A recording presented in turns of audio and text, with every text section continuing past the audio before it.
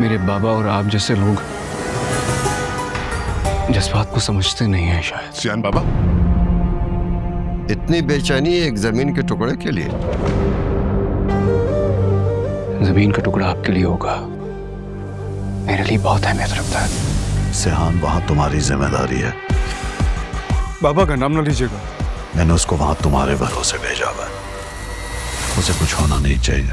लाला खुद भी एक पावरफुल आदमी है, मेरे बाप की टक्कर गई है।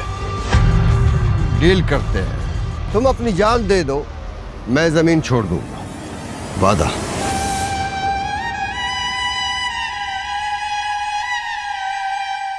अस्सलामुअलैकुम नाज़रीन, उम्मीद है आप सब खैरियत से होंगे। आप देख रहे हैं ड्रामा सीरियल हमराही के एपिसोड नंबर 28 का रिव्यू।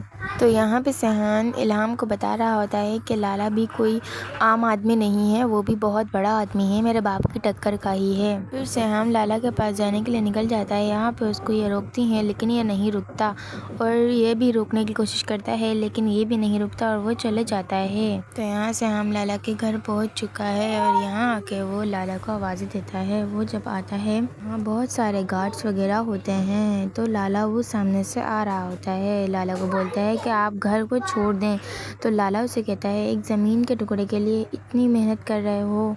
यहाँ से हम लाला को कहता है कि वो ज़मीन का टुकड़ा नहीं है, वो मेरे लिए सब कुछ है, आपके लिए होगा ज़मीन का टुकड़ा। गाजी लाला के साथ मिल जाता है। गाजी लाला को कहता है कि मैं सिहाम को तुम्हारे पास भेज रहा हूँ, लेकिन उसे पता ना चले कि हम दोनों मिले हुए हैं।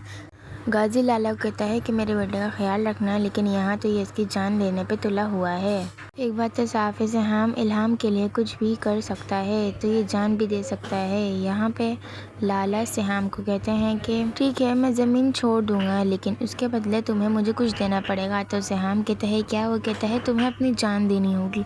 तो यहाँ पे सिहाम अपनी जान भी देने के लिए राज़ी हो जाता है। लाला ने कहा है कि सिहाम की जान के बदले मैं वो ज़मीन छोड़ दूंगा, और यहाँ ये अपनी जान भी हाजिर कर चुका है। तो क्या गाजी यूसुफ अपने बेटे को बचा पाएगा या फिर इल्हाम बचाएगी सिहाम को? ये जानने के लिए हमारे चैनल को सब्सक्राइब करें। मिलते हैं अगले वीडियो में। अल्लाह हाफिज़।